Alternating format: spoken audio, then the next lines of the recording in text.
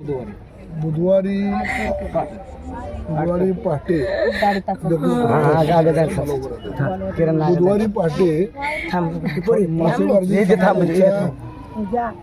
शिंदे कुटुंबातल्या चौघांना शॉक लागून आई वडील मुलगा आणि असे चौघांना इथं आपला जीव गमावा लागलेला आहे. वास्तविकता मी आता माहिती आणि चौकशी केल्यानंतर आपल्याला असं समजलं की इथून कुणीतरी लाईट ते चोरून गेली होती. त्यांचा त्याच्याशी काही संबंध नसताना हे निव्वळ इथं राहत आहेत आणि ह्यांची टीव्हीची केबल तिथून गेली होती. त्या टीव्हीच्या केबलमुळे झालेल्या शॉर्ट सर्किटने ह्यांना चौघांना आपला जीव गमावा लागला. याला जबाबदार कोण हे पहिल्यांदा शोधलं पाहिजे. या भागामध्ये लाईट चोरी होती, याच्यावरती एमएससीच्या अधिकाऱ्याने आपला अंकुश ठेवला असता आणि जर इथली लाईट चोरी होऊ दिली नसती, आकडे टाकले गेले नसते, तर या चौघांना आपला प्राण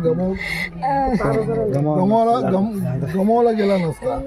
त्यामुळे ज्या अधिकाऱ्याच्या चुकीच्या सिस्टममुळे हे घडलेलं आहे त्या अधिकाऱ्यावर मनुष्यवधाचा गुन्हा दाखल करावा आणि ज्या कुटुंबाने आपले प्राण गमावलेले आहेत त्यांना शासनानं जास्तीत जास्त रक्कम देऊन त्यांचे पुनर्वसन करावं.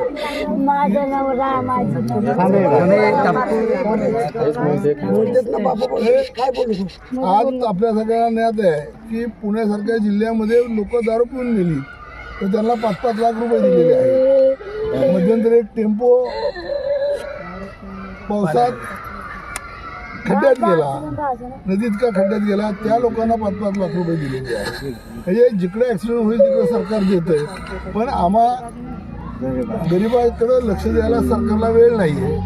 आणि जर तिथं वेळ दिला नाही तर विरोधी पक्ष आंदोलनाच्या तयारीत आहे आणि या कुटुंबांना त्यांच्या पुनर्वसनाची जबाबदारी घेऊन त्यांचं पुनर्वसन करण्यासाठी सरकारवर सर्वोपरी आपण प्रेशर आणणार आहोत. आणि या कुटुंबावर जी शोककळा आलेली आपण काही माणसं परत भरून देऊ शकत नाही, पण त्या माणसांना भविष्यात जगण्यासाठी एक स्टेबल काहीतरी तरतूद व्हावी आणि त्यांचं पुनर्वसन व्हावं ही आपली सरकारकडे मागणी. उद्याच्या सोमवारी आपण जिल्हाधिकाऱ्यांना भेटून त्यांचे प्रश्न पुन्हा एकदा मांडणार आहे आणि या लोकांना तात्काळ इथल्या जिल्हाधिकाऱ्यांनी, इथल्या प्रांतांनी, इथल्या तहसीलदारांनी त्यांना भेट द्यावी आणि पटकन त्यांचे प्रश्न सोडवावेत असं आपण या निमित्ताने आवाहन करतो.